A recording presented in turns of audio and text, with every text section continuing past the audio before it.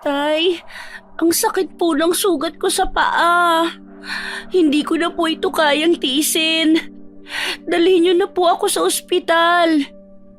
Nung isang araw pa po ito hindi pa rin gumagaling. Anong ospital ang pinagsasasabi mo, Hamela?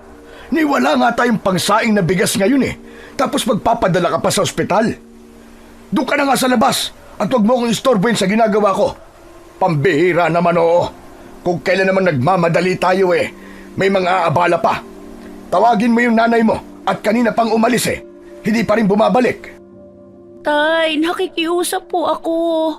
Talagang masakit na po ang sugat ko sa paa. Hindi na rin po ako pinatutulog dahil sa kirot. Tapos nagigising na lang po ako, nasa gitna ako ng gubat. Hindi ko po alam kung anong nangyayari sa akin. Sus, palusot ka pa. Ang sabihin mo, nagpapapansin ka lang kay tatay para hindi ka maobligang tumulong sa amin. Kasi nga, may sugat ka.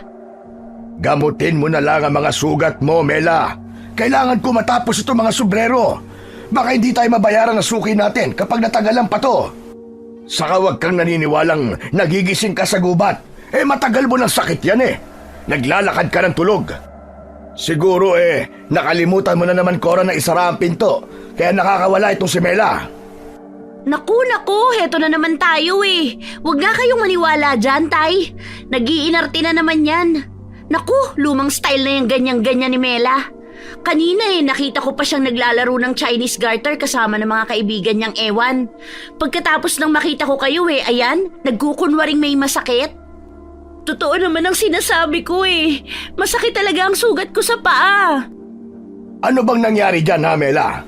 Bakit namamaga at namumula ang sugat mo sa paa? Saan mo ba kasi nakuha yan? Ipinahabol po kasi ako ng matandang nakatira sa gitnang kagubatan. Nakagat po ako ng aso niya. Hindi naman po nila sinasadya ang nangyari. Ako po ang pumasok ng walang paalam sa bakuran niya. Ano? Kagat pala yan ng aso Bakit di mo lang sinabi? Tay, sinabi ko po sa inyo, kayo lang ang hindi nakikinig sa akin. Sus! Tay, nagpapapaniwala kayo dyan baka nakipag-away lang yan sa kanyang mga kaibigan. Hindi ko nga maintindihan dyan sa magaling niyong anak. Nakikipaglaro pa dalaga na. Hindi naman ako nakikipaglaro Baka ikaw, ako lang ang tinuturo mo kay tatay. Palusot ka pa halata namang nagsisinungaling ka lang. Tumahimik ka nga, Cora. Kanina pa ako naiingayan sa'yo Wala ka ng tigil sa kakasalita dyan. Huwag mong kalimutang magkapatid kayo ni Mela. Walang ibang magdadamayan kundi kayo lang. At hindi basta kapatid lang. Magkakambal kayo. Magkarugtong ng pusod.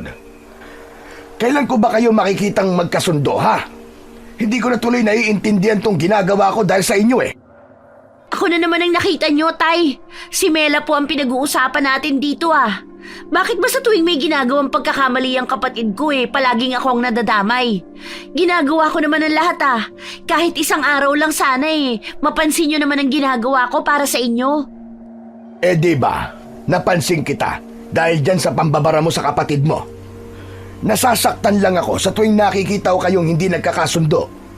Balang araw, kapag nagkapamilya na kayo at nagkaroon ng mga anak, mararanasan nyo rin ang sakit na nararamdaman ko ngayon kapag nakikita nyong nag-aaway sa harapan nyo ang mga anak nyo. Hindi naman namin kayo pinalaki para maging ganyang katigas sa mga loob nyo. Lalong-lalo ka na, Cora. Ako na naman ang nasa gitna. Sa akin na naman ang bunto ng sisi. Pasensya na po, tay. Talagang masakit lang po yung sugat ko Ganyan-ganyan ang ginagawa ni Mela kapag nagagalit kayo, tay. Palibasa, sip-sip. Ako na naman ang lalabas na masama. Tumigil ka na, Cora, Malapit na ako mapikon sa'yo. Sige, makipagkasundo ka sa kapatid mo. Bawiin mo ang mga nasabi mo sa kanya.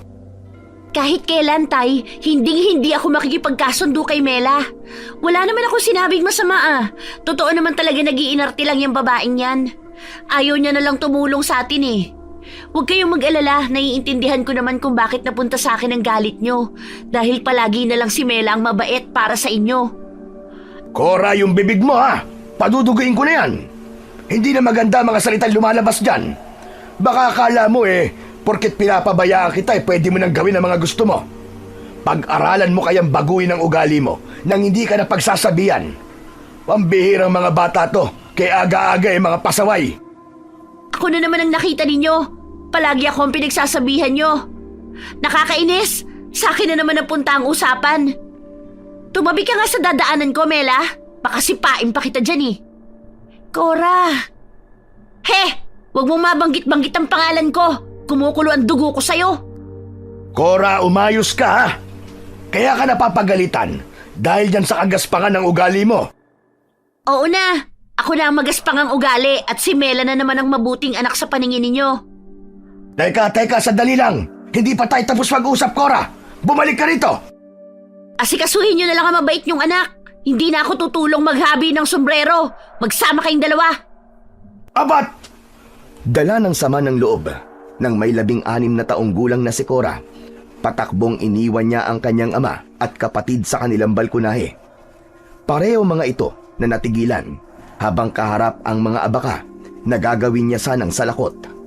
Yun ang trabaho ng kanilang ama, ang mag-supply ng mga sombrero sa palengke.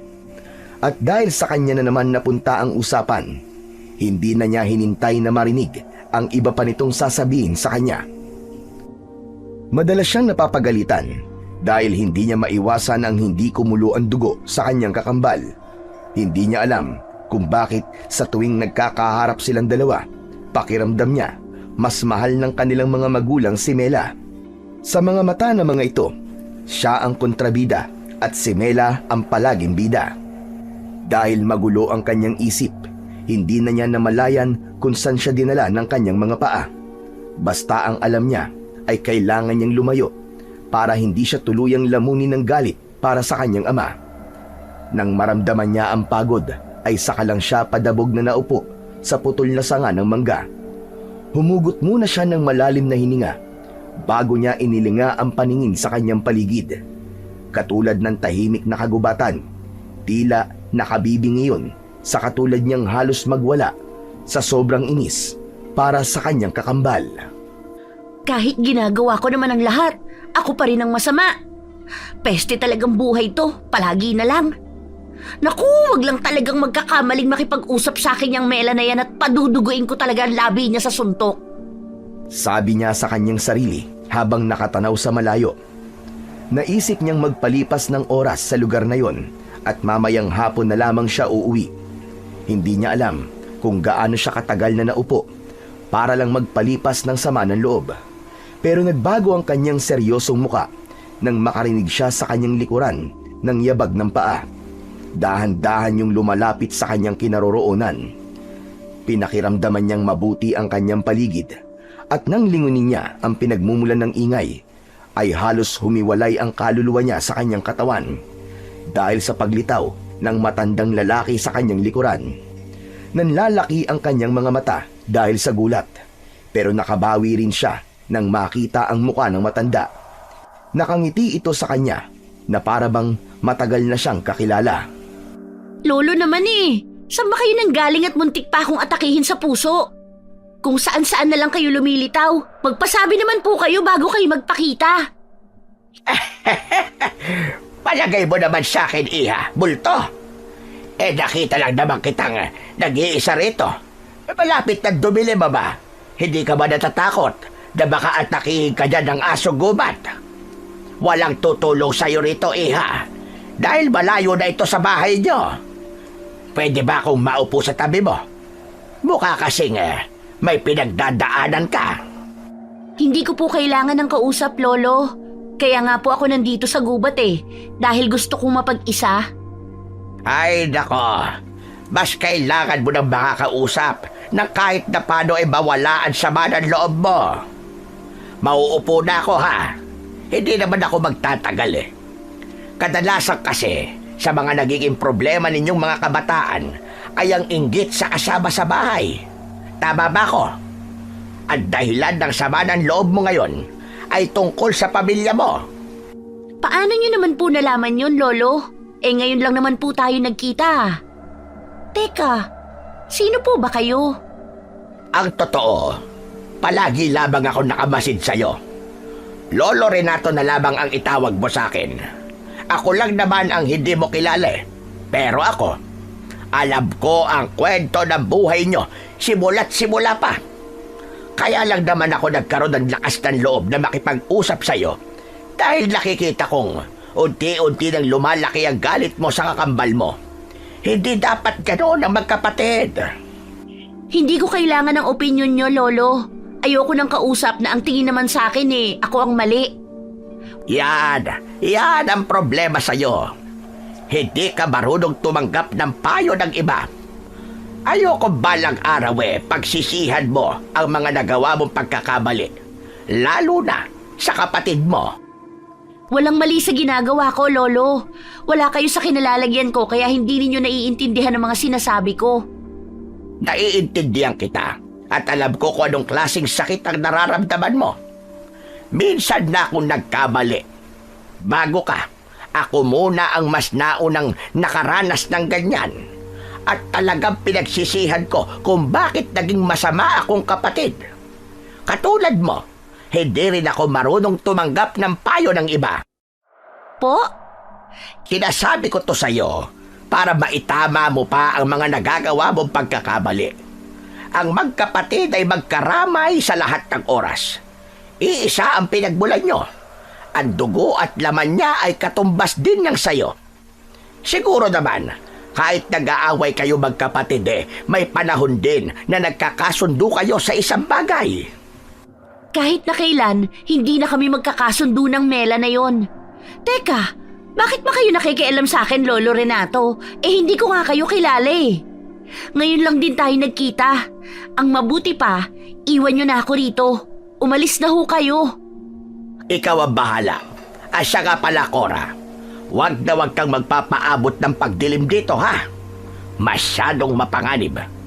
Sana dumating ang araw na malaman mo rin ang kahalagahan ng kapatid sa buhay natin. Gusto ko ring sabihin sa'yo na wala siyang kasalanan para kasuklaman mo.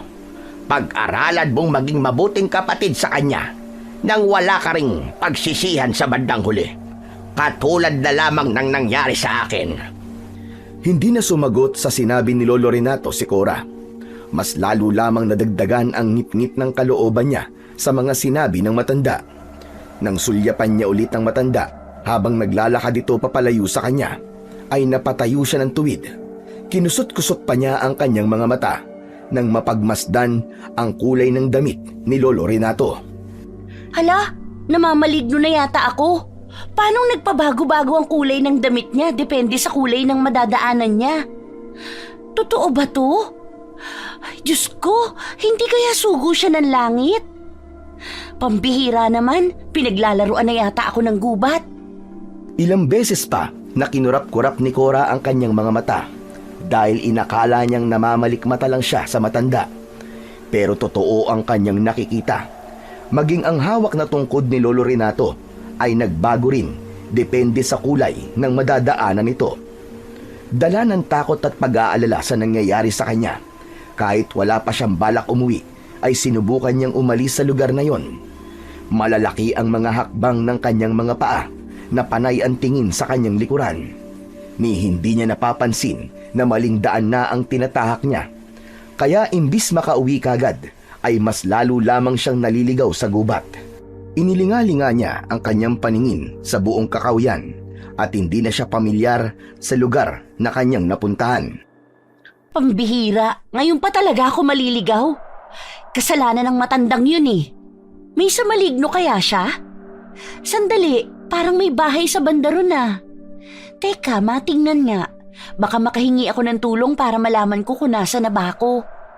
Nagpalipat-lipat ang tingin ni Cora sa dalawang kubo na nakatayo sa gitna ng Kakahuyan. May usok yun sa bandang kusina, kaya alam niyang may tao sa bahay. Dinig na dinig din niya ang malalakas na pagtadtad ng kung anong karne sa loob. Pati na ang mahihinang pagtawa na bagamat matinis yun, ay nagdulot naman sa kanya ng kilabot sa kanyang pakiramdam. Magaan ang akbang ng kanyang mga paa na nilapitan niya ang pinagmumulan ng ingay. Pati na ang angil ng mga aso na parang may pinag-aagawan na pagkain. Sumilip muna siya sa siwang ng dingding para makita kung ano ang ginagawa ng may-ari ng boses sa loob. Pagsilip niya ay halos manlaki ang kanyang mga mata sa kanyang nakita. Sige lang mga alaga ko, magsikain lamang kayo. Magpakabusog kayo sa nahuli ninyo. Napakasarap ng amoy. Heto pa ang hiniwang atay. Ubusin ninyo lahat. Napataklob sa sariling bibig si Cora habang pinagmamasdan niya kung ano ang ginagawa ng matanda sa karning nakalatag sa lamesa. May sapin yun na dahon ng saging habang nakalatag din ang sariwang karne. Magkakasunod na paglunok ang ginawa niya habang ang kanyang dibdib ay parang tinatambol sa takot. Lalo na nang makita niyang humigop ng mapulang likido ang matandang babae sa baso nito. Ngumisi ito na parang sarap na sarap sa lasa. Dinilaan pa nun ang baso na may patak ng dugo na para bang matagal na itong hindi nakakatikim ng sariwang dugo. Dahil sa takot ay napaatras si Cora at hindi sinasadyang natapakan niya ang maliit na sanga ng kahoy. Lumikha yun ng malakas na ingay. Parang huminto ang kanyang paghinga nang pilit niyang pinapakinggan ang paggalaw ng tao sa loob ng bahay. Biglang bumukas ang pinto at iniluwa ang nandidilat na mata ng matanda. Sino ka? Anong ginagawa mo sa bahay ko? At anong nakita mo? Ha?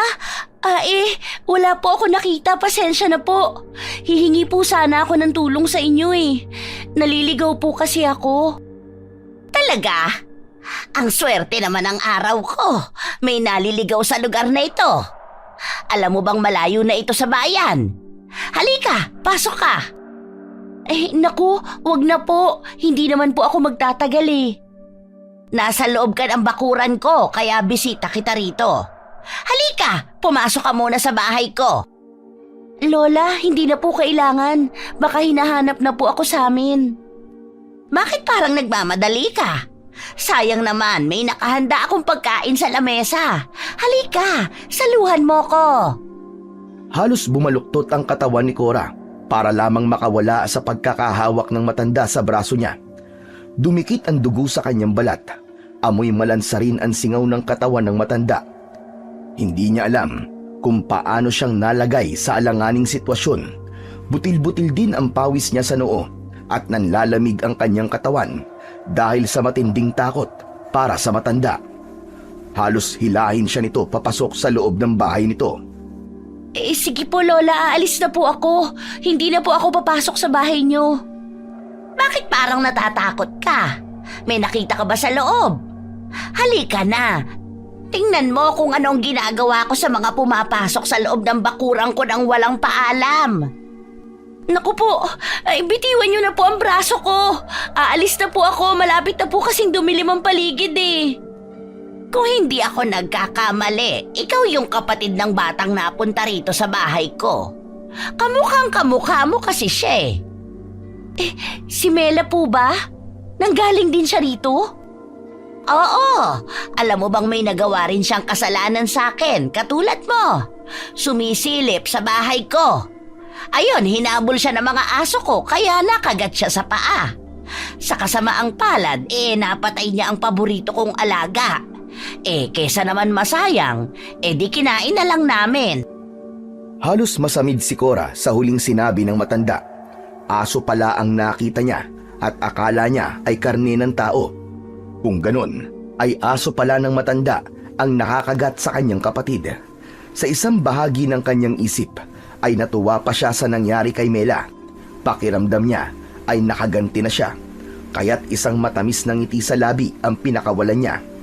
Hindi naman yun nakaligtas sa paningin ng matanda, na nakilala lamang niya sa pangalang Lola Gracia. Pasensya na po. Akala ko kung anong karne na nakita ko sa ibabaw ng lamesa ninyo. Bakit naman po kasi umiinom kayo ng sariwang dugo? Natakot po talaga ako. Akala ko aswang kayo. Hindi mo ba alam na ang pag-inom ng sariwang dugo mula sa bagong katay na aso ay nakapagpapahaba ng buhay? Kumusta nga pala ang sugat ng kapatid mo? Nakakatulog ba siya ng maayos? Ayun, nag-aarte kay tatay. Gustong magpadala sa ospital. Mabuti nga sa kanya. Ganyan! Tama nga yan. Magalit ka sa kanya. Pinatay niya ang alaga kong aso. Kung ako sa'yo, wag mo siyang papansinin. Wag niyong gagamutin ang sugat niya nang magtanda. Talaga, masyado kasi siyang pabiktima eh. Ang totoo, kaya ako nandito. Lumayas po ako sa amin. Masyado nilang pinapamukha sa akin na masama akong anak. Si Mela palagi ang kinakampihan nila. Halika na nga sa loob, doon na lang tayo mag-usap. Nang makita mo naman kung ano ang nangyari sa aso ko. Basta wag kang tatakbo ha, kasi masyadong madamdami ng mga alaga kong aso. Baka habulin ka nila at kagatin. Marami na pati silang napapatay na tao eh. Syempre sila ang pumapasok sa loob ng bakuran ko. Kaya wala akong pananagutan sa mga nagiging biktima nila. Parang may kung anong malakas na enerhiyang nagtutulak kay Cora na pumasok siya sa loob ng bahay. Agad siyang nagtiwala sa matanda dahil naiintindihan nito ang kanyang nararamdaman. Pagdating niya sa kusina ng matanda ay totoong aso ang nakita niyang nakalatag sa lamesa. Magkasabay na napalingon sa kanyang kinaroroonan ang dalawang aso, pero bigla itong ngumisi at galit na papasugod sana sa kanyang kinatatayuan. Humarang bigla si Lola Gracia sa mga ito at iniharang ang hintuturong daliri sa bibig ng mga asong gubat. Sandali lang, huminahon muna kayo. Bisita natin siya, hindi siya si Mela. Ang nasa harapan natin ay ang kanyang kakambal, kaya huwag niyo siyang kakagatin. Magagalit ako. Tila naintindihan ng dalawang kulay itim na aso ang sinabi ng matanda. Naupo ito sa kanyang harapan habang nakalaylay ang dila. Tayong-tayo rin ang mga balahibo nito sa katawan at mapupula ang mga mata. Isang bagay na hindi niya maintindihan kung bakit parang kakaiba ang mga alagang aso ng matanda. Naupo siya sa upuang gawa sa tabla ng kahoy habang pinagmamasdan ang matanda na abala sa pagtitimpla ng kape sa baso. Habang ang kanyang dibdib ay para ng tinatambol ng maso dahil sa labis na takot. Nagsimula na ring magsitaasan ang mga balahibo niya sa katawan at hindi siya mapakali sa kanyang kinauupuan. Lola, kailangan ko na po talagang umalis. Medyo malapit na po kasing magdilim eh. Saka hindi po ako nagkakape. Ikaw naman eh, nandito ka na sa loob. Gusto mo pang lumabas? Heto, uminom ka muna ng kape kahit konti. Hindi po talaga ako nagkakape eh. Uuwi na po ako. Hindi pwede! Ang nakakapasok sa bahay ko ay hindi na nakakalabas ng hindi nagkakape. Lola, maiksi lang ang pasensya ko. Ayoko napapahiya ako sa harap ng mga alaga ko. Kaya kung gusto mong umuwi, uminom ka muna ng kape. Sayang ang perang ipinangbili ko rito kung itatapon ko lang ito. Halos manlaki ang mga mata ni Cora sa pagbabago ng kilos ng matanda. Mas lalo siyang natakot nang umalis sa kanyang harapan ang dalawang aso at pumunta ito sa pintuan para pigilan siyang lumabas. Habang inaabot ni Lola Gracia ang braso sa kanya, lumikot din ang mga mata ng dalaga para palihin na maghanap ng butas na madadaanan para tumakas. Nanginginig ang kanyang tuhod habang nakaupo. Tinanggap niya ang kape, saka inilapit niya yon sa kanyang bibig para magkunwaring iinom. Iinom ka rin naman pala eh, pinatagal-tagal mo pa. Nang makahanap ng pagkakataon, ay mabilis niyang isinaboy ang hawak na kape sa nakaharang na mga aso sa pintuan. Umusok ang balahibo ng mga ito, kaya't umalis ang mga ito sa pintuan. Mabilis siyang tumakbo papunta sa kakahuyan para takasan ang matanda. Habulin ninyo! Mga inutil talaga kayo! Wag na wag ninyong hahayaang makatakas ang babaeng yon! Habang malalaki ang hakbang ng mga paa ni Cora, ay dinig na dinig pa rin niya ang galit na boses ng matandang babae. Nagsisisigaw ito na inuutusan ang mga alagad na habulin siya. Halos hindi lumapat ang mga paa niya sa pagtakbo. May minsan na nadadapa siya at nababangga sa mga puno nang dahil sa labis na takot. Tumutulo na ang luha niya sa mga mata dahil sa masakit na pagbaon ng mga tinik ng kahoy sa talampakan niya. Habang paika-ika ang kanyang takbo, ay panay rin ang sigaw niya ng paghingi ng tulong. Dahil medyo madilim na ang paligid, mas lalong bumagal ang takbo ng dalaga. Maya-maya pa ay nakarinig siya ng pagaspas ng pakpak sa himpapawid. Pagtingala niya ay isang malaking ibon ang nakita niyang pabulusok sa kanyang kinaroroonan.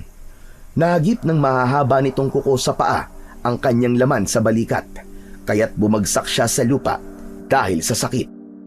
Tulong! Tulungan niyo ako! May tao rito! Tulong! Ang nangihinang boses ni Cora ang maririnig sa katahimikan ng gubat.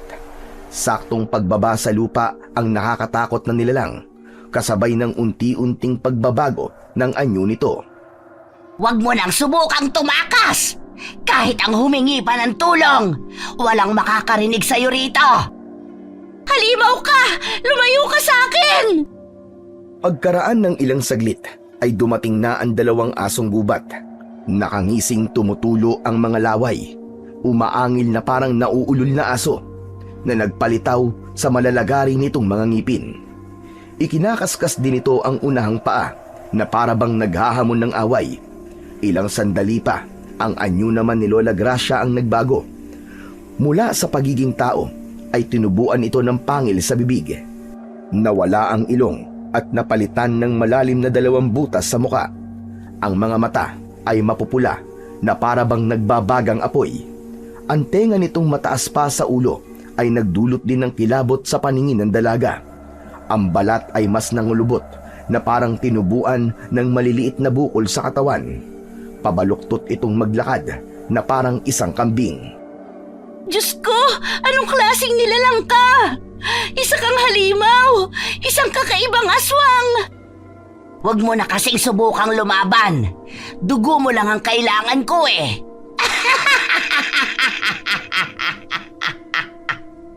Lumayo ka! Ngunit mas lumapit ang aswang sa kanyang paanan. Nakagat na siya nito sa binti at kahit na anong pagpupumiglas ang gawin ni Cora ay para itong tuko na nakakapit sa kanyang laman. Umagos ang masaganang luha sa kanyang mga mata dahil sa labis na sakit.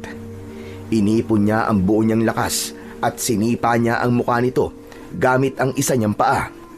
Mabilis siyang tumakbo papalayo rito, pero parang mas lalo lamang itong nauhaw sa dugo niya, kaya't hindi nito hinayaang makalayo siya.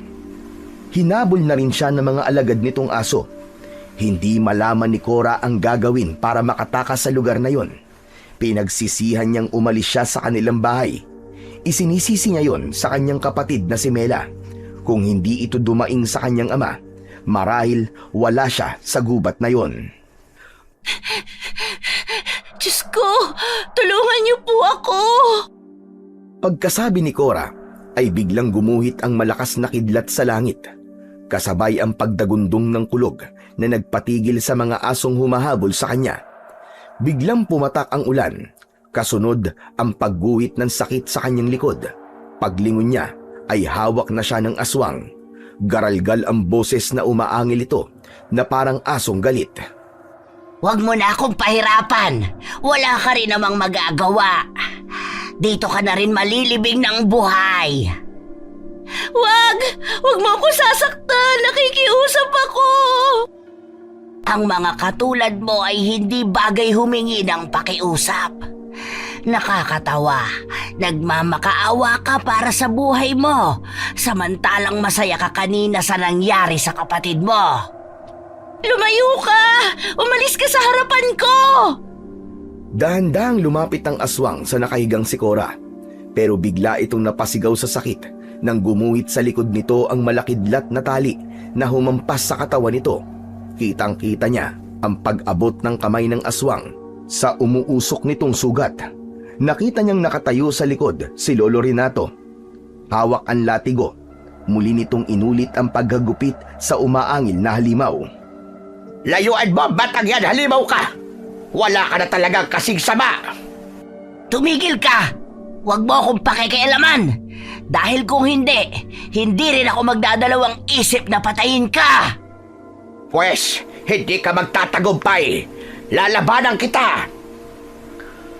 Mabilis ang ginawang paghagupit ng matanda sa katawan ng aswang. Binalingan nito si Lolo Renato. Tila napapaso ang aswang sa tali ng latigo. Dahil sa usok na lumalabas sa bawat sugat, na nililikha ng sandata ng matanda. Mas lalong nagalit ang aswang sa ilang beses na pagtama ng latigo sa katawan nito. Katulong ang dalawang aso ay sumugod na mga ito sa kinaroroonan ni Lolo Renato. Naging maagap ang paggagupit ni Lolo Renato sa mga aswang. Bumagsak ang mga ito sa damuhan habang nagkikikisay ang katawan. Tumayo ka, Cora! Umalis ka na rito! Bilisan mo! Hindi! Sa akin ang batang yan! Ako ang unang nakakita sa kanya! Hindi na ako makakapayag na mas dumami pa ang mga biktima mo! Mabilis na umikot si Lolo Renato para muling hagupitin ng latigo ang halimaw. Tinamaan sa leeg ang aswang na si Lola Gracia, kaya't nasakal ito ng tali ng latigo. Malakas na sipa ang pinakawalan ng matanda na tumama sa sikmura ng aswang. Ganon din ang ginawa ni Lolo Renato sa dalawang asong bumangon para muling sumugod sa kanya. Bumagsak ang mga aso sa lupa habang bumubula ang bibig. At dahil malakas ang ulan ng mga sandaling yon, nagmistulang asido ang tinamong sugat ng mga ito sa katawan at unti-unting natunaw ang katawan ng mga alagad ni Lola Gracia. Dahil sa pagkatalo, bumalik sa pagiging malaking ibon ang matanda at lumipad papalayo para tumakas. Samantalang si Cora naman na kanina pang sinusubukang tumayo ay hindi na nakabangon sa pagkakahiga. Ramdam na ramdam niya ang pananakit ng sugat niya sa binti. Parang may kung anong insekto ang gumagalaw sa loob ng kanyang laman. Halos mamilipit siya sa sobrang kirot. Tulungan niyo ako, Lolo. Ang sakit po ng sugat ko. Ganyan nga ang nangyayari sa mga taong hindi marunong makinig sa mga sinasabi ng matanda. Tignan mo na ang nangyari sa'yo. Kamuntikan ka pang mapahamak. Halika, kumapit ka sa braso ko at aalalayan kitang maglakad papunta sa bahay ko. Ang sakit po, Lolo. Ang hapdi ng sugat ko sa binti. Talagang maapdi ang sugat na gawa ng mga aswang. Magsilbing aral sana sa ito na dapat kang makinig sa mga sinasabi ng mas nakatatanda sa'yo. Hindi sana kita tutulungan dahil gusto kong may matutunan ka sa nangyari. Kaya lang ay sa tingin ko kanina, wala na silang balak na buhayin ka. Habang naglalakad ay walang tigil sa kakasermon ang matanda kay Cora. Unti-unti niyang naiisip na marahil ay nagkamali nga siya. Bigla rin siyang nakaramdam ng pag-aalala para kay Mela dahil nabanggit sa kanya ng aswang na ang alagad nito ang nakakagat sa kapatid. Pagkaraan ng ilang minutong paglalakad ay nakarating sila sa isang maliit na kubo na gawa sa kawayan at kugon. Sa palibot ng bahay nito ay merong nakatirintas na mga bawang. Nakasabit ang mga ito sa bintana at pintuan. Kahit hindi siya albularyo, alam niyang gamit yon sa mga pangontra para sa aswang. Ngayon niya lang nalaman na mayroong aswang sa baryo ng San Agustin. Dito ka muna maupo, Iha. Kailangan maagapan natin ang pagkalat ng lason sa katawan mo at hindi ka mahawa ng pagiging aswang. Patingin ka. Apay Diyos ko, malalim ang sugat mo sa binti. Lolo, magagamot niyo po ba ang sugat ko? Oo naman, pero mas makabubuting dumito ka na muna sa bahay ko hanggat hindi nawawala ang hawa ng aswang sa katawan mo. Pero hahanapin po ako ng mga magulang ko. Huwag kang mag-alala at magpapasabi ako sa iyong ama. Ikukuha muna kita ng masusuot na damit. Basang-basa na tayo pareho ng ulan. Konting tiis lang at mawawala rin ang pananakit ng sugat mo.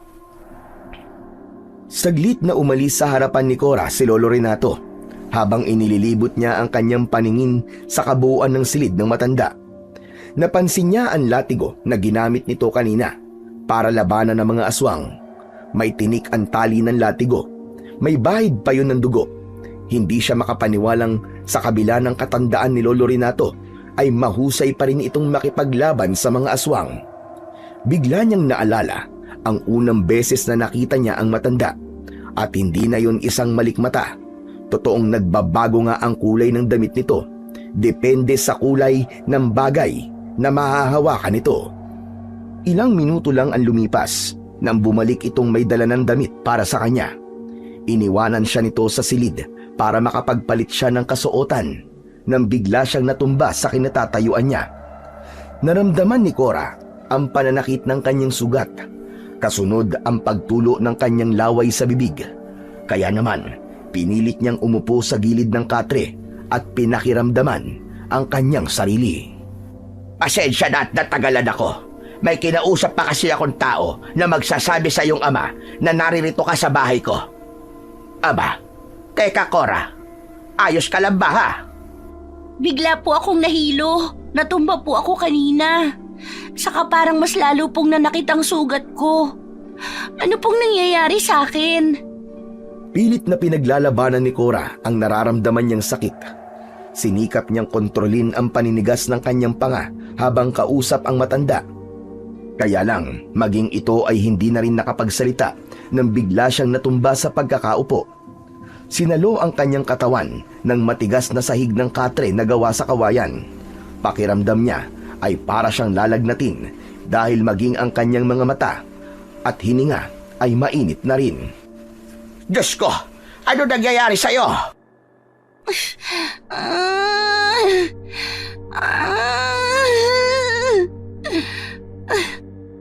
Diyos ko, mukhang kumalat na nga ang lason sa katawan mo.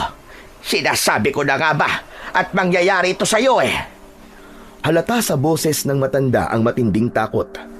Dahil nang hawakan siya nito sa braso, ay nararamdaman niyang nanginginig ang mga kamay nito.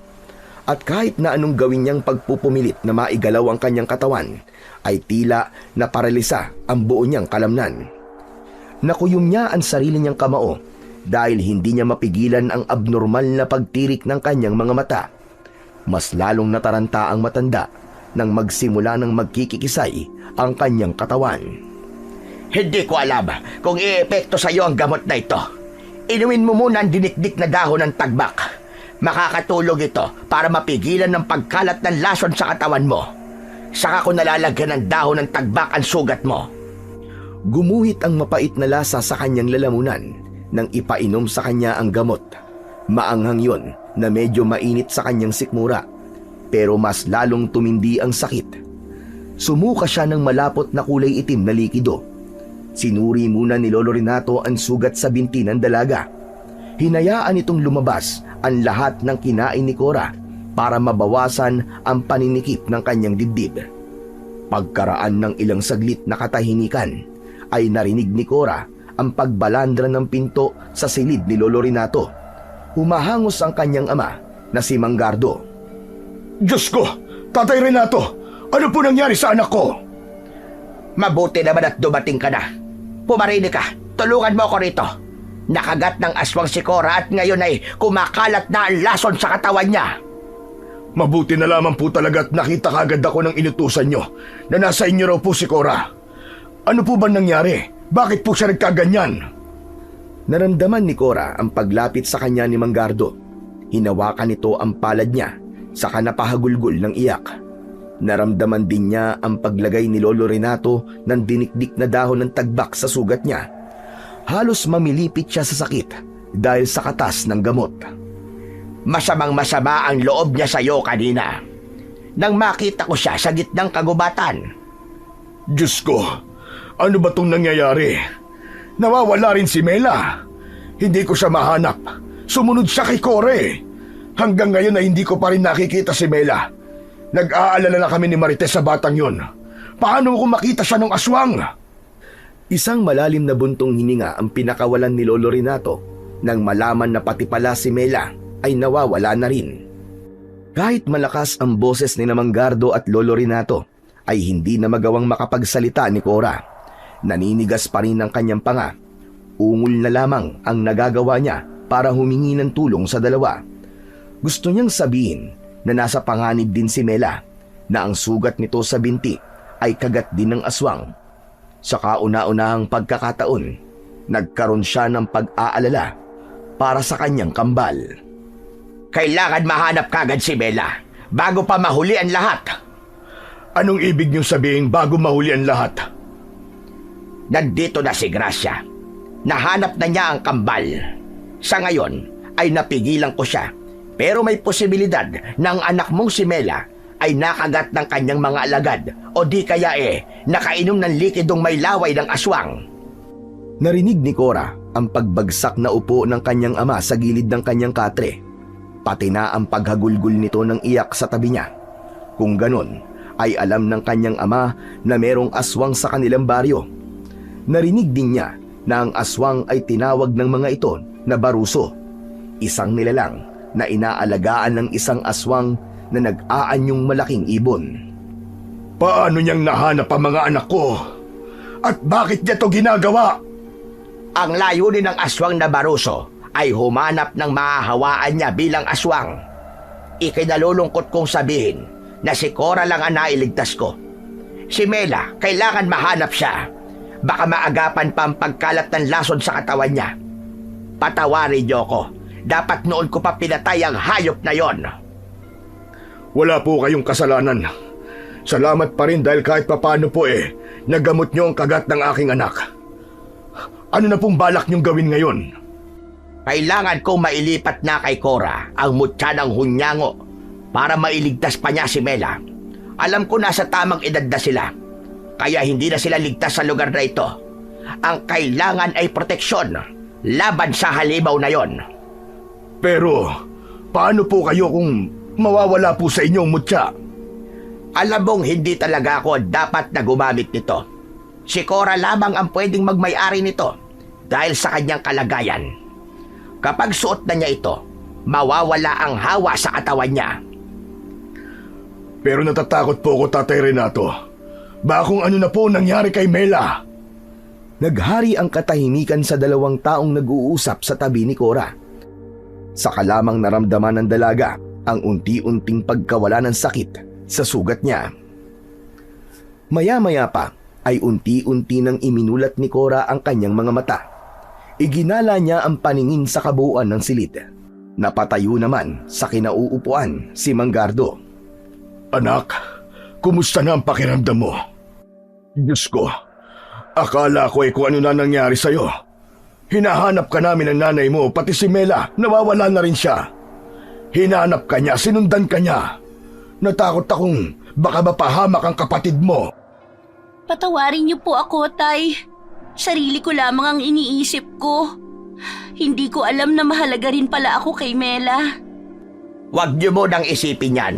Ang mahalaga ay maisuot ko sa iyo ang kwintas na ito, Cora, para mapadali ang paggaling ng mga sugat mo. Hanapin mo si Mela. Iligtas mo ang kambal mo. Opo, Lolo. Salamat po sa tulong niyo. Utang ko po sa inyo ang buhay ko.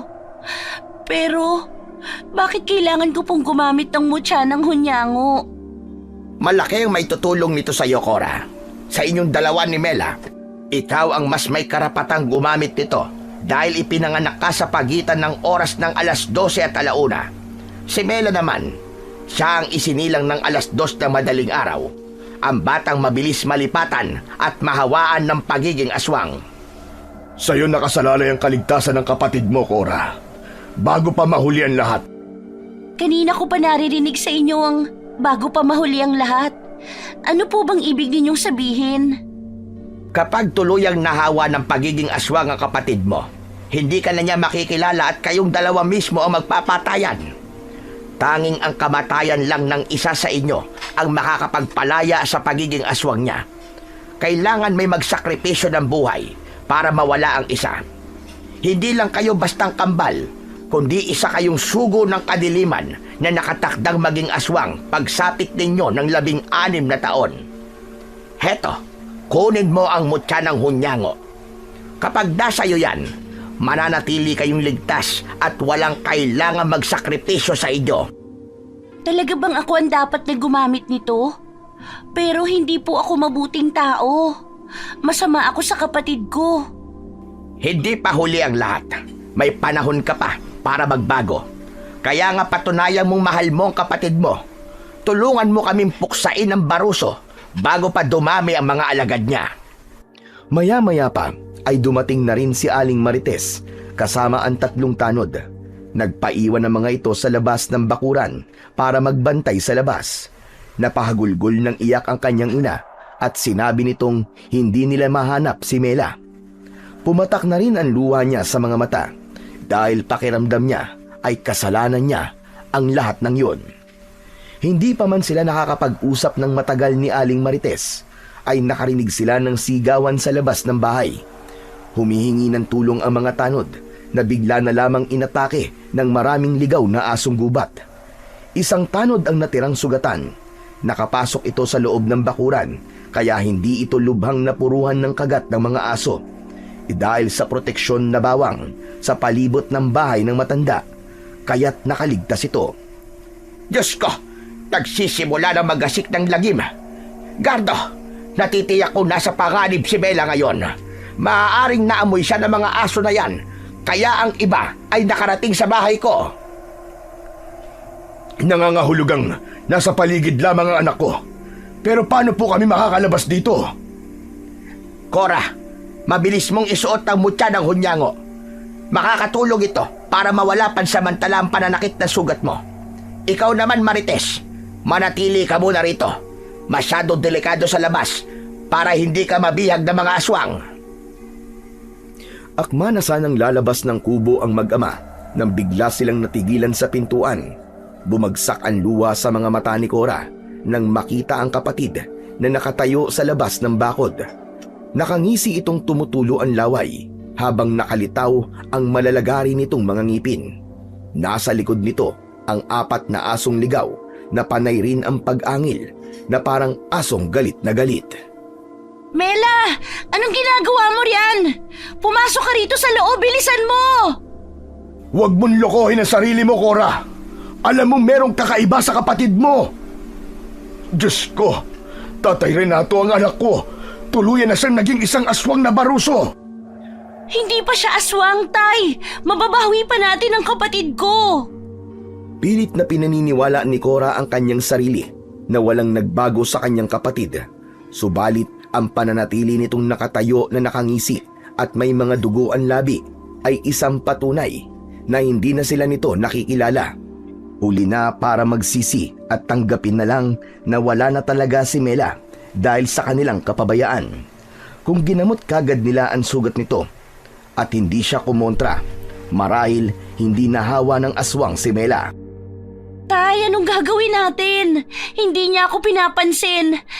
Naghihintay siya sa labas at inuutusan ng kanyang mga alagad na napatayin tayo. Kasalanan ko to eh. Ilang araw na siyang dumadaing sa akin na masakit ang sugat niya. Pero hindi ko siya pinapansin. Diyos ko, tulungan niyo po kami na mabawi ang anak ko. Heto, Cora, gamitin mo pansamantala latigo ko laban sa mga asong gubat. Kung makakaya mong huliin ang kapatid mo ng buhay, gawin mo. Kailangan natin mapainom siya ng gamot para mawala ang kanyang pagiging aswang. Naniniwala kong ang pagmamahal ng mga taong nakapalibot sa kanya ang makakatulong para mailigtas siya. Gagamitin ko ang sandatang ito laban sa kapatid ko? Hindi ko po kaya, Lolo Renato. Minsan ka nang naging masama sa kapatid mo. Ngayon ka pa ba hindi gagamit ng dahas para mailigtas ang kapatid mo? Hindi bagay sa iyo ang maawa sa kanya. Kaya nga bagay sa iyo ang mutya dahil naglalarawan din yan sa pagiging ugali na magiging tagapagmana. Minsan na ako naging katulad mo at hanggang ngayon ay pinagsisisihan ko. Sige na, kumilos ka na, Cora. Kung may natitirang pagmamahal dyan sa puso mo, kailangan mo itong gawin para sa kanya. Hindi alam ni Cora ang gagawin ng mga sandaling yon, lalo na nang magsimulang uminit ang mutya sa kanyang leeg, pati na ang hawak na latigo. Muli niyang sinulyapan si Mela na patuloy sa pag-aangil. Nagpupumilit itong pumasok sa bakuran ng bahay. Tila hindi nito iniinda ang paso sa kamay nito. Dahan-dahang humakbang si Cora para harapin ang nagwawalang kapatid. Sa kauna-unahang pagkakataon, nakaramdam siya ng takot. Lumapit siya kay Mela. Kagad siya nitong sinugod. Gumamit ito ng kuko para kalmutin siya. Pero nakailag si Cora at sinuntok niya ang muka ni Mela. Kaya naman, bumagsak ito sa damuhan. Mabilis niya itong nilapitan. Akma na sanang itatali niya ang kapatid gamit ang latigo. Bigla naman siyang inatake ng aso sa kanyang likuran. Lumayas kayo, mga halimaw kayo! Pagbabayaran ninyo ang ginawa niyo sa kapatid ko! Tumayo si Cora para matanggal ang pagkakadagan ng mga ito sa kanyang katawan. Mabilis niyang hinagupit ang mga ito ng latigo. Lumabas na rin sa bakuran si Lolo Renato. May dalang asin at bawang ang matanda na agad nitong isinaboy sa mga halimaw, habang si Manggardo naman ay abala sa pakikipaglaban sa dalawang asong natitira. Hinarap naman ni Cora ang nakahiga niyang kapatid. Nilukso niya ito ng pilit iginagapos ang kamay. Kahit napapaso ito at nasasaktan sa kanyang sandata, ay nagpupumiglas pa rin ito para makatakas. Bitiwan mo ako! Huwag mo akong hawakan! Mela, ako to, si Cora. Hindi mo ba ako nakikilala? Sinong Mela? Sinong Cora? Umalis ka! Alisin mo ang mga kamay mo sa katawan ko! Mga halimaw kayo! Natigilan si Cora nang marinig mula sa bibig ng kapatid na tinawag siya nitong halimaw. Pero kahit ganoon ang kanyang naririnig mula kay Mela, sinikap niyang maitali ang kamay nito. Lumiwanag ang suot niyang mutya ng hunyango at saka lamang ito tumigil sa pagwawala. Mela, nakikilala mo na ba ako? Cora, bakit mo ako tinatali? Alisin mo ang latigo sa mga kamay ko. Nasasaktan ako. Ha? Wag na wag mong tatanggalin ang gapos sa katawan niya, Cora. Wag kang maniniwala sa kanya. Ipasok mo siya sa loob ng bahay. Nararamdaman kong parating na rin ang mga alagad niya. Bilisan mo! Buhatin mo siya! Dahil sa mutya ng hunyango, naging magaan para sa kanya ang katawan ng kanyang kapatid. Nabuwat niya ito ng walang kahirap-hirap. Kahit nagpupumiglas ito, ay nagawa niyang maipasok ito sa silid kasama ng umiiyak niyang ina. Napapaso si Mela sa loob ng kubo ng matanda. Kahit naaawa siya para dito, ay wala siyang magawa. Bumalik siya sa labas ng bahay para tulungan ang dalawa sa pakikipaglaban sa mga asong gubat. Bakit ka narito? Hindi mo dapat iniwan ang iyong ina kasama ni Mela. Sinigurado ko po munang nakatali siyang mabuti bago ko iniwan si nanay. Mas kailangan ninyo ng tulong dito. Ilang sandali nga ay lumabas na sa pinagtataguan ng ilang mga aswang na papasugod sa kanilang kinaroroonan. Galit na galit siya sa mga ito dahil sa ginawa nito sa kapatid niya. Sinugod niya ang 4 na asong ligaw habang malakas ang kanyang sigaw. Dinambak agad ng dalaga ang unang aswang na nasa unahan at walang pagdadalawang isip na kinagat niya ang leeg ng halimaw. Dahil wala siyang sandata, ginamit niya ang kanyang mga ngipin para umatake. Nahawakan ng mga aso ang kanilang leeg dahil sa malakidlat na pag-atake ng dalaga sa mga ito. Nagulat sina Lolo Renato at Manggardo sa kakaibang ikinilos ni Cora. Pagsisisihan ninyo ang ginawa ninyo sa kapatid ko! Hindi ito maaari. Anong nangyayari kay Cora? Bakit bigla siyang nagkaganyan? Tay, bakit to? Isang palatandaan ng nagtataglay ng mutya ng hunyango ang makuha niya ang kulay ng kalaban at bawat pagdikit niya sa katawan ng mga aswang ay magiging isang halimaw rin siya na papatay sa mga asong ligaw na yan. Hindi dapat manatili ang ganitong kilos niya dahil magiging isa siyang aswang kagaya nila. Dapat mapag-aralan niyang kontrolin ang kanyang sarili.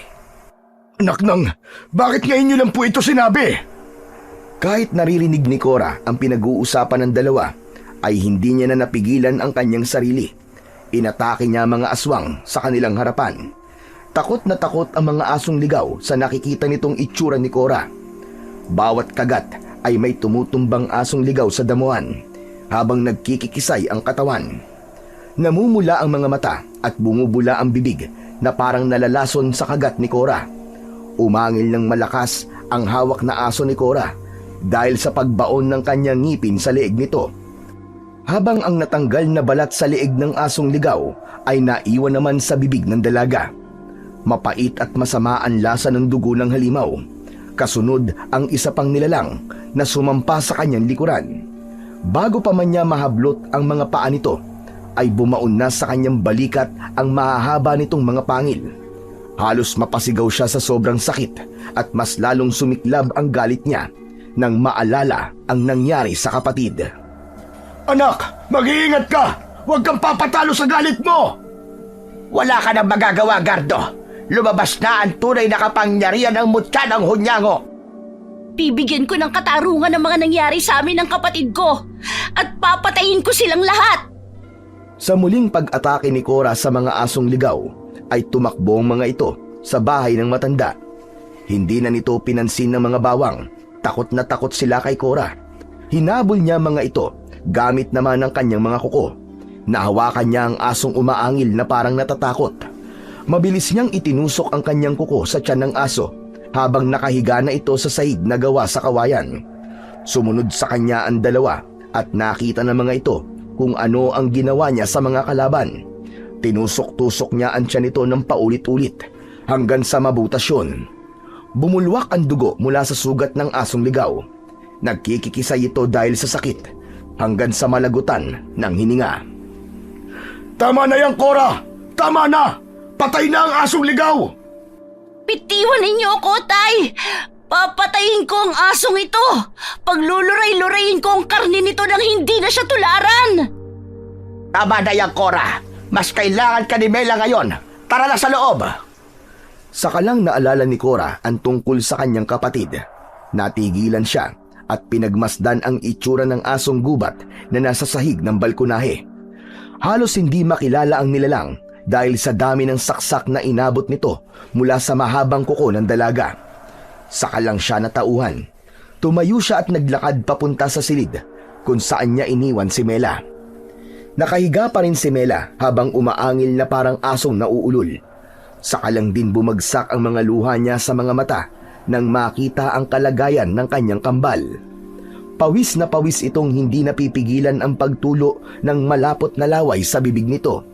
Parang sinasaksak ng matulis na kutsilyo ang kanyang dibdib sa konsensyang bumalot sa kanyang buong pagkatao. "Ano na ang gagawin natin sa anak ko, Tatay Renato?" Susubukan ko siyang painumin ng dinikdik na dahon ng tagbak at lagyan na rin ang sugat niya sa paa. Bakit umabot sa ganitong kalalaan sugat niya, Gardo? Hindi mo siya pinagtuunan ng pansin. Di sana, baka naagapan pa ang kanyang sugat. Ako po ang may kasalanan, Lolo. Wala pong kasalanan si Tatay. "May kasalanan din ako, Cora, anak. Ako ang ama. Dapat nakita ko kagad na ganito kalala ang sugat niya. Patawarin mo ko, Mela, anak. Magpagaling ka, ha? Huwag mo kaming iiwan, anak. Nakikiusap ako, patawarin mo ko." Ano po ang nangyari sa kanya kanina, Lolo? Tinawag niya akong halimaw. Pero nang kumalat ang liwanag mula sa mutya, bigla po siyang natauhan. Ang tingin sa'yo ni Mela kanina ay kamukha ka ni Gracia. Wala siya sa tamang pag-iisip hanggat may hawa siya ng aswang. Hinding-hindi niya tayo makikilala. Muling sinulyapan ni Cora si Mela. Katabi nito si Aling Marites na panay ang pagpupunas ng luha sa mga mata. Nangyayari na nga ang sinasabi ni Lolo Renato sa kanya. Ang dumating ang oras na pagsisisihan niya ang nagawa sa kanyang kapatid. Dahil hindi niya matagalan ang sitwasyon ni Mela, mabilis siyang lumabas ng pintuan ng silid. Iniwan niya ang mga ito habang ginagamot si Mela gamit ang dahon ng tagbak. Habang nakaupo siya sa upuang gawa sa kawayan, paharap sa mga nakahandusay na asong ligaw sa damuhan, umagos ang kanyang masaganang luha sa kanyang pisngi. Naramdaman niya ang yabag ng mga paa ni Mang Gardo at naupo rin ito sa tabi niya. Malalim na buntong hininga ang pinakawalan nito bago nagsalita. "Huwag mong masyadong sisihin ang sarili mo, Cora. Ang mahalaga ay natuto ka sa iyong pagkakamali. Dahil nasa huli talaga ang pagsisisi. Ngunit may panahon ka pa para makabawi sa kapatid mo. Huwag natin siyang sukuan, anak." Gagaling pa po ba ang kapatid ko, Tay? May awa ang Diyos, Cora. Hindi naman tayo binibigyan ng Panginoon ng pagsubok nang hindi natin kayang lutasin. Magtiwala lamang tayo sa Kanya at kay Tatay Renato. Paano niyo nga po pala nakilala si Lolo Renato? Sikat na manunugis ng aswang si Lolo Renato. Tagapaghatol sa mga aswang na nagkakasala.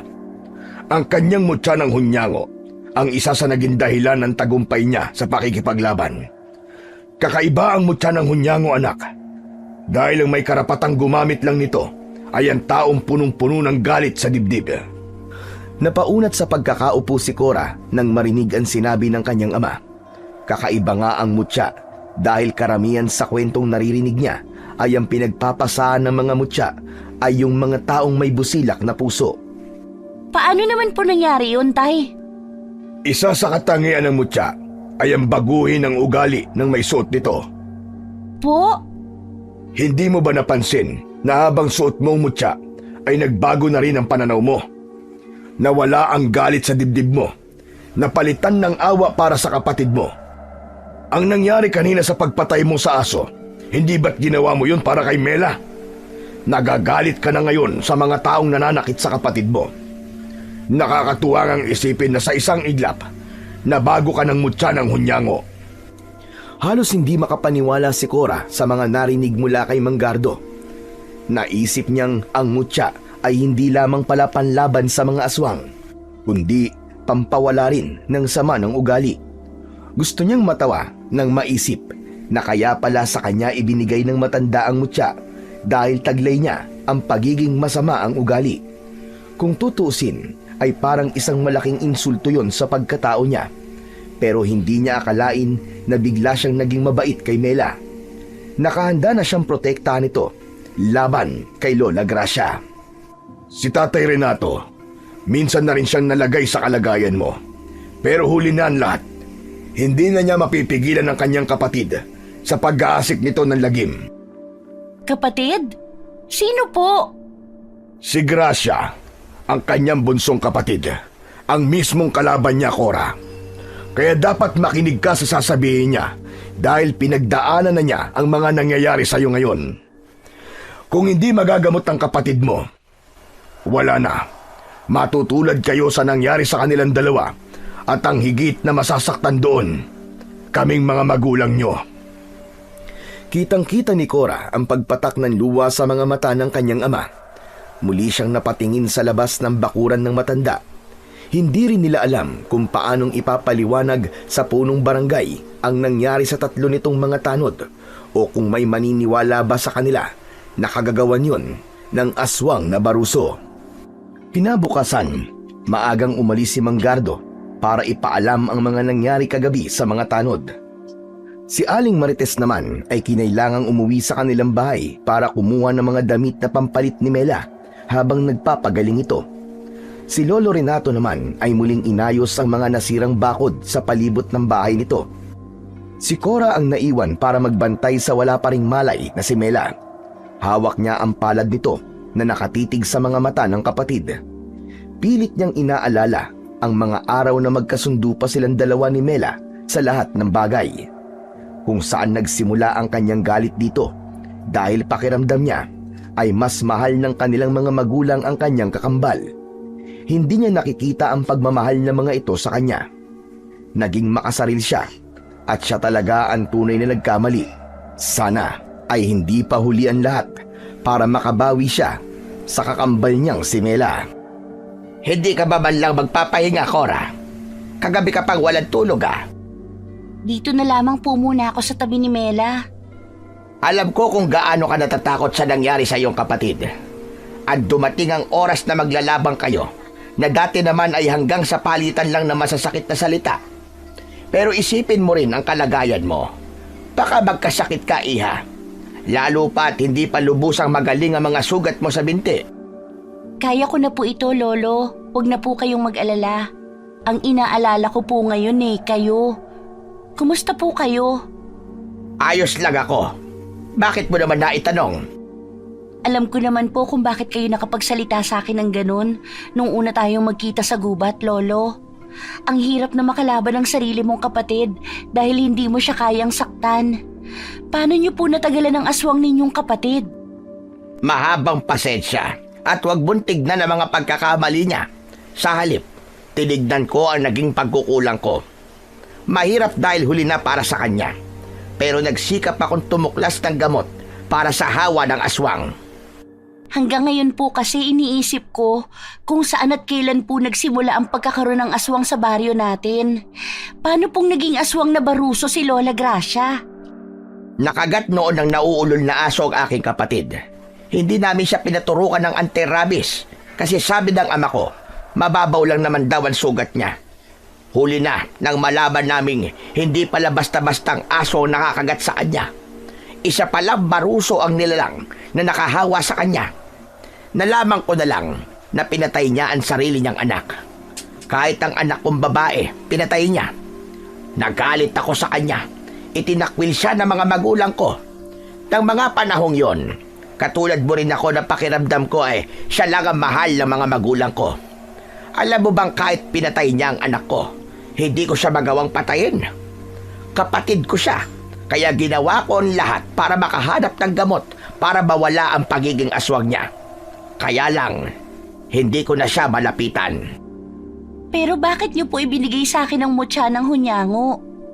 Dahil tapos na ang misyon ko sa mutya, panahon na para ipasa ito sa susunod na magmamay-ari nito. Makikiusap sana ako na kung muli kayong magkakaharap ng kapatid ko, gusto ko, hindi ko makita ang kanyang pagkamatay. Hanggat maaari, Lolo, ayoko po nang may namamatay. Kaya gagawin ko po ang lahat para mahuli si Lola Gracia ng buhay. Ibabalik ko siya sa dati. At kung kinakailangang ipasuot ko sa kanya ang mutya ng hunyango, gagawin ko. Mailigtas ko lamang po ang kapatid ninyo. Ngayon ko lang po nauunawaan na ang pagiging isang magkapatid ay hindi basta magkadugo lang, kundi magkaramay din sa lahat ng pagsubok na kakaharapin.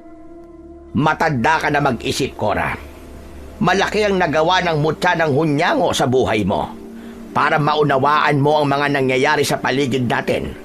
Pero wag mong kalilimutan na ang kahinaan ng mutya ng hunyango ay ang pagdikit sa mga halimaw. Gawin mo ang lahat para hindi ka nila mahila sa pagkakamali at sundin ang dikta ng isip. Pairalin mo ang iyong puso dahil ang mutya na tangan mo ay walang iniwan sa kakayahan din ng hunyango. Kung ano ang makakapitan mo ay siya ring magiging kulay mo. Katulad ng mga nangyari sa iyo kanina. Pero dahil mas nangibabaw na ang kabutihan sa puso mo, magagawa mo ng kontrolin ang kapangyarihang taglay ng mutya. Naramdaman ni Cora ang paggalaw ng daliri ni Mela sa palad niya, kaya't napasulyap siya sa muka ng kapatid. Napatayo siya at hinaplos-saplos ang muka nito bilang pagpapakita niya ng pagpapakumbaba rito at pagmamahal. Dahan-dahan itong nagmulat ng mga mata at napatitig sa muka niya. Cora, nasan ako? Nandito ka sa bahay ni Lolo Renato. Iniligtas ka niya, Mela. Salamat naman at nagising ka na. Patawarin mo ko kung hindi naging maganda ang pakikitungo ko sa'yo. Pangako, hindi ko na uulitin. Basta magpagaling ka lang. Bakit? Wala naman akong sakit ah. Si nanay at tatay, nandito rin ba sila? Wala pa kaalis lang nila. May inaasikaso lang sila sandali. Kumusta ang pakiramdam mo? Mabuti na ang pakiramdam ko. Hindi na rin masakit ang sugat ko sa binti. Marami pong salamat, Lolo Renato, sa paggamot sa akin. Wala yon. Ang mahalaga ay magkasundo na ulit kayong magkapatid. Natupad na po ang pangarap ko, Lolo. Nagkasundo na po kami ni Cora. Nagpalipat-lipat ng tingin si Cora kina Mela at Lolo Renato. Sa tono ng pananalita ng kanyang kapatid, parang matagal nang magkakilala ang dalawa. Minsan ko na rin nakita si Mela habang nag-iisa. Kinausap ko siya at ikaw ang pinag-usapan namin. Hanggat maaari ay ayaw kong makikitang nag-aaway kayong magkapatid. Pero bakit naman po kayo sobrang nag-aalala sa amin, Lolo Renato? Matagal ko na siyang nakikita, Cora. Madalas ko siyang nakikitang nakatingin sa atin.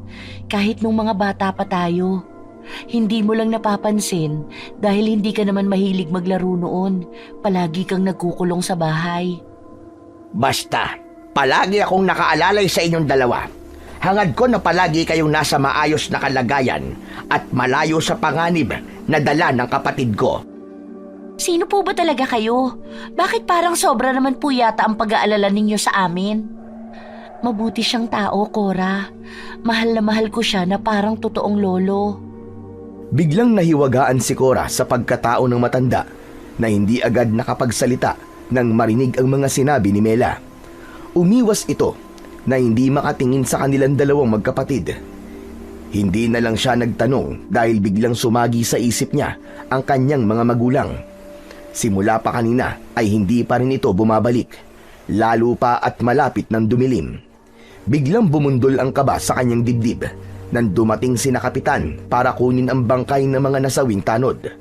Hindi kasama ng mga ito si Manggardo at Aling Marites, kaya pansamantala ay nakalimutan niya ang tungkol sa pagkatao ni Lolo Renato. Bakit kaya bigla akong kinabahan, Mela? Kaya mo bang tumayo? Oo naman, nawala na ang pananakit ng sugat ko eh. Hindi ko nga rin alam kung bakit pati ako hindi nawawala ang bigat sa dibdib. Para bang may inaalala akong hindi ko maintindihan. Teka sandali, hindi kaya may nangyari na sa mga magulang nyo? Ano po bang sabi sa inyo ni Kapitan kanina? Kanina pa raw umalis sa mag-asawa para pumunta rito. Pero hanggang ngayon ay wala pa rin sila. Hindi maganda ang pakiramdam ko sa nangyayari, Lolo. Mukhang kailangan kong makasiguradong nasa mabuting kalagayan sila nanay at tatay. Anong binabalak mo, Cora? Pupuntahan ko ang kuta ni Lola Gracia. Siguradong nakuha niya ang mga magulang natin. Pero hindi pa naman tayo sigurado. Malay nyo kung may dinaanan lang ang mag-asawa. Hindi po ako pwedeng manahimik lang, Lolo. Nararamdaman kong may hindi tamang nangyayari sa mga magulang namin. Sasama ako sa iyo, Cora. Mas kabisado ko ang daan papunta sa kuta ni Lola Gracia. Saka mabait siya sa akin. Hindi niya mahahalatang nawala na ang hawa ng pagiging aswang ko.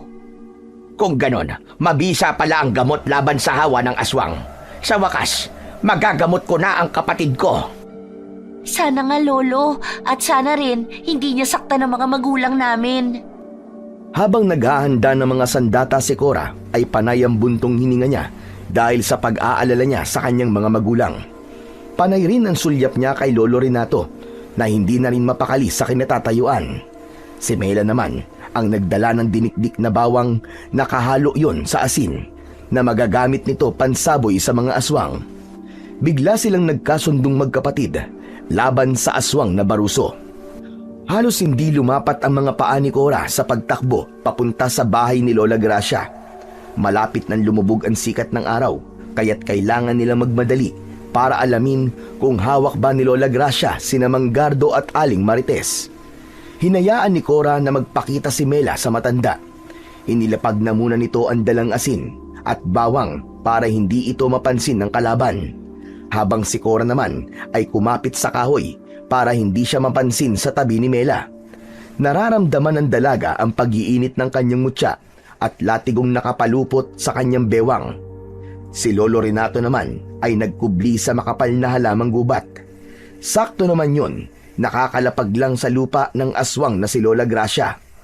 Mula sa pagiging malaking ibon, ay naging isang matandang babae ito na may maamong muka. Walang bakas ng pagiging aswang nang ito ay lumapit kay Mela. Tuwang-tuwa ito nang makita si Mela at hindi napapansin si Cora na nakadikit lang sa punong katabi ng kanyang kapatid. Halos mabingi siya sa kabog ng kanyang dibdib dahil sa pag-aalala. Halika, Mela. Kahapon pa kita hinihintay. Meron ka nang makakasama. Isang pamilya na tayo. Sino po, Lola? Ang mga magulang mo. Nasa loob sila eh. Naligaw kasi sila. Katulad ninyong magkambal. Pinatuloy ko muna sa bahay ko. Halika, lumapit ka. Gusto mo ba ng maiinom na kape? Biglang naalala ni Cora, nakapirin ang unang inalok sa kanya ng matanda nang minsan siyang mapadpad sa bahay nito. Kaya malakas ang kutob niyang nasa kapirin ang laway na ginagamit nito para tuluyang gawing aswang ang mga nagiging alagad nito.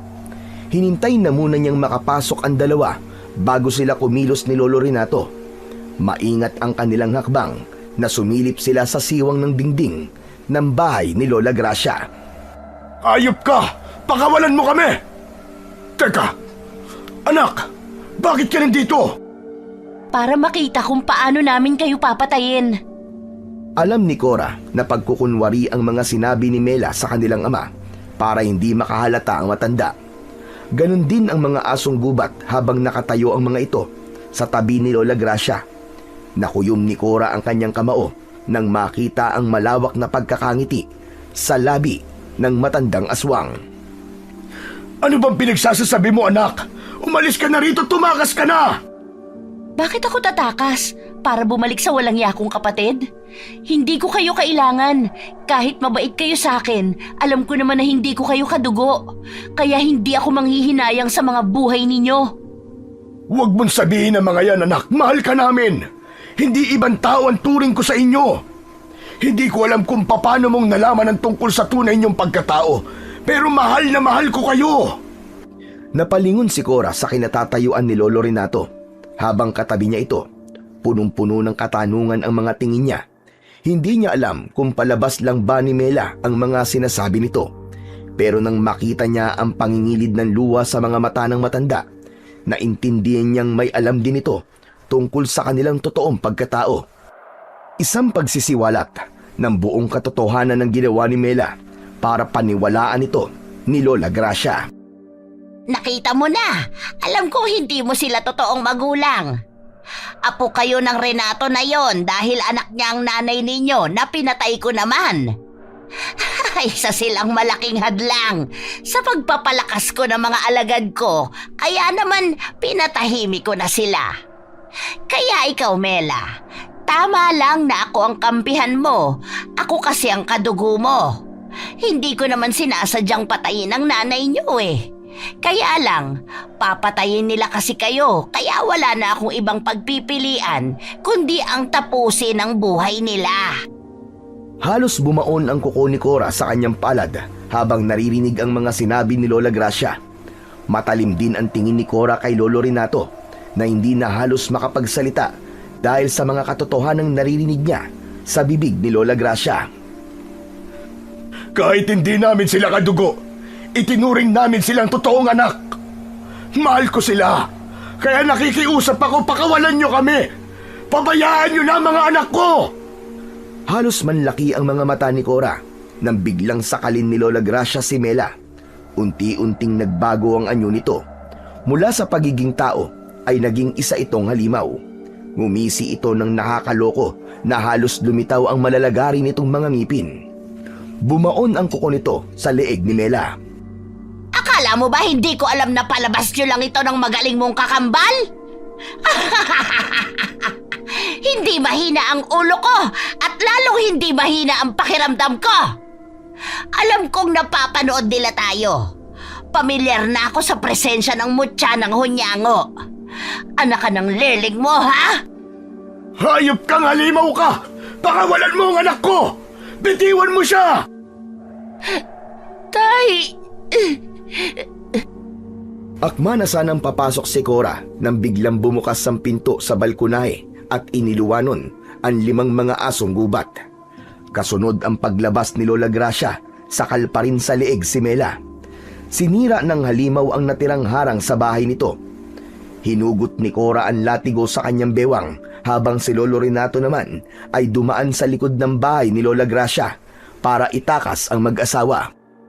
Pakawalan ninyo ang kapatid ko! Ano ko, tanga? Papatayin ko ang lahat ng humahadlang sa mga plano ko! Hindi ko hahayaang magtagumpay ka sa panggugulo mo sa pamilya ko! Kahit kadugo pa kita! Inundayan ni Lola Gracia ng suntok ang sikmura ni Mela. Bago nito pinakawalan ang kanyang kapatid. Para siyang mababaliw sa takot nang bumagsak si Mela sa ugat ng puno. Halos mapaigik ito sa sobrang sakit. Pagkatapos ay inatake siya ng suntok sa muka ni Lola Gracia. Subalit na ilagan niya yon. Gumanti siya rito ng hagupit ng latigo at namilipit ito sa sobrang sakit. Kasabay ng pag-atake ng mga asong ligaw sa kanyang kinatatayuan. Ang pag-ikot din niya sa ere para isa-isa niya itong hagupitin ng latigo. Bumagsak ang mga ito sa lupa habang nakabuka ang bibig dahil sa sakit mula sa umuusok na sugat sa katawan ng mga ito.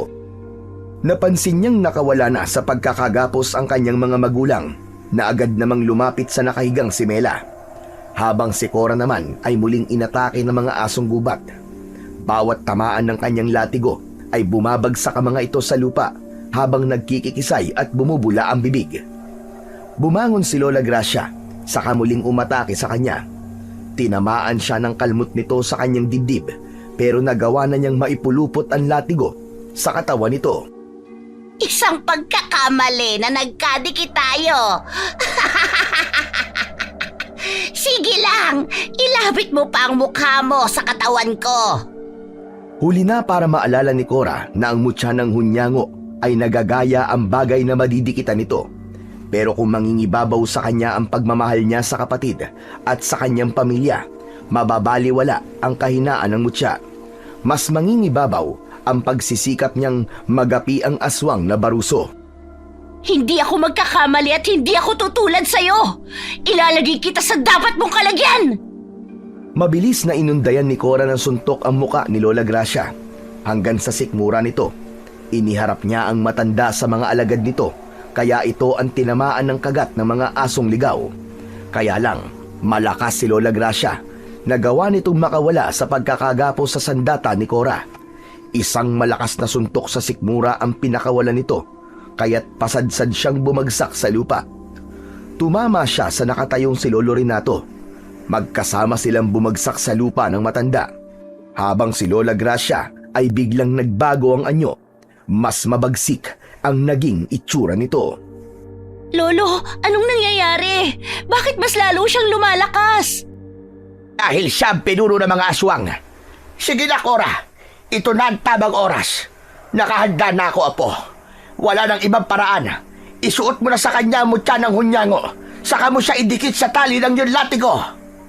May garalgal ang boses ni Lolo Renato na halatang pinipigilan nito ang emosyon para sa kapatid. At dahil nakalapit na si Lola Gracia sa kanila para gumanti, mabilis siyang tumayo at nilabanan ito. Malakas niya itong hinagupit ng latigo sa katawan. Sabay hubad niya ng mutya sa kanyang liig. Isinuot niya ang mutya ng hunyango kay Lola Gracia. Halos magsisisigaw ito dahil sa sobrang sakit na nararamdaman. Sabay dikit niya ng latigo sa mukha nito. Unti-unting nagbalik ang dating anyo bilang isang matandang babae na nanghihina. Napaluhod ito sa lupa habang may luha ang mga mata na nakatingin kay Lolo Renato. Samantalang ang mga asong gubat naman ay mabilis na umatake kay Cora. Mabilis ang naging pagkilos ni Cora. Malakas niyang hinila ang latigo at hinagupit niya ng palo ang mga papasugod na asong gubat. Umangil ang mga asong tinamaan ng kanyang latigo. Napaungol ang mga ito dahil sa sobrang sakit, habang si Lolo Renato naman ay napatayo na at dinampot ang mga dinikdik na bawang sa lugar na pinag-iwanan ni Mela. Saka ibinuhos yun sa sugat ng mga aswang. Muling napaungol ang mga ito dahil sa sakit, dahil sa pagkakapaso mula sa bawang. Dali-dali ang mga yon na tumakbo papunta sa kakahuyan. Kaya lang, naharangan na ito ni Mela at ni Manggardo. Napatay nila ang mga tumatakas na asong gubat. Muling binalingan nila ang nakaluhod na si Lola Gracia habang napapaso ito ng mutya ng hunyango sa leeg. Mabilis na hinubad ni Cora ang kwintas at kinausap si Lola Gracia. Nangako po ako kay Lolo Renato na imbis patayin kayo, ay bibigyan namin kayo ng pagkakataong mabuhay. Gagamutin ka po ng kapatid ninyo. Huwag. Pabayaan niyo na akong mamatay. Kesa habang buhay akong makonsensya sa mga nagawa ko sa inyong ina. Lalong-lalo na sa'yo, Kuya Renato. Pinatay ko ang kaisa-isa mong anak at dahil sa nagawa ko, nalayo sa'yo ang mga apo ninyo. Pero hinanap ko pa rin sila para sa walang kwenta kong paghihiganti sa'yo.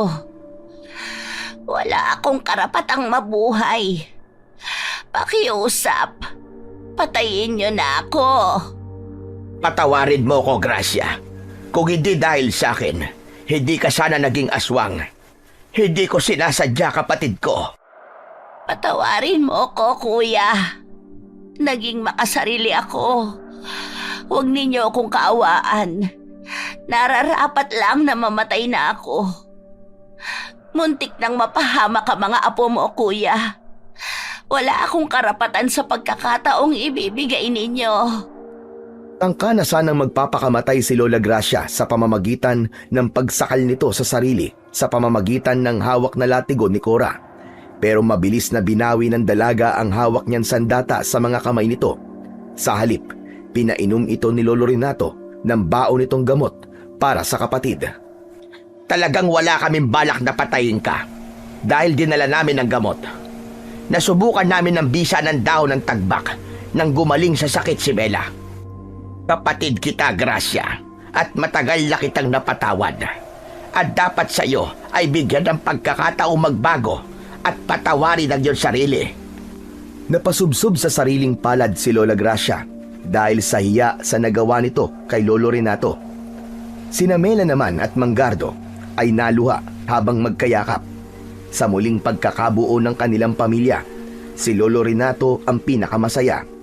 Hinintay nilang mainom ni Lola Gracia ang natitirang gamot bago ito isinama ni Lolo Renato pabalik sa dati nitong tirahan. Nagkakatinginan ng apat na may bahid ng saya sa mga muka dahil sa wakas, nakaligtas sila ng buhay ng tao. Ang buhay mismo ng dalawang tao na minsan na ring sinubok ng panahon.